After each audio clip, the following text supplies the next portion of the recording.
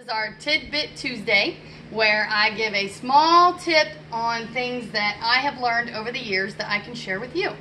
So the first thing, of course, is always safety, and especially for those of us that work with young horses, or even if you have a horse that pulls back when you tie him up, we are going to learn the no knot tie. That means when if a horse pulls back on your rope, that you will be able to untie it.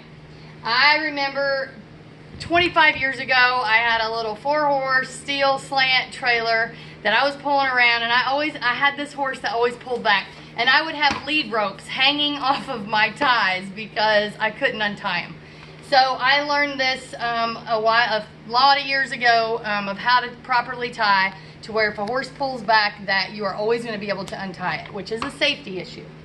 So first thing I do is I go over top of my pipe. And then, oh, and by the way, this is our wonderful demo horse, Vegas, who is also known as Famous Dash to Vegas. So we are happy to have him today. Okay, and he's happy to be here, aren't you? Yes. Okay, so we go over top of the rope, and then take your other loose end over the top of it. And it's most of the time, everybody wants to tie like this, right? I call that the rabbit tail. But what happens? If a horse pulls back, that tightens up to where you can never get it undone. That's what we're going to prevent. So we're going to do the same concept, except we're going to go back the same direction that the original rope came from. And this is kind of what I call like a bolus tie.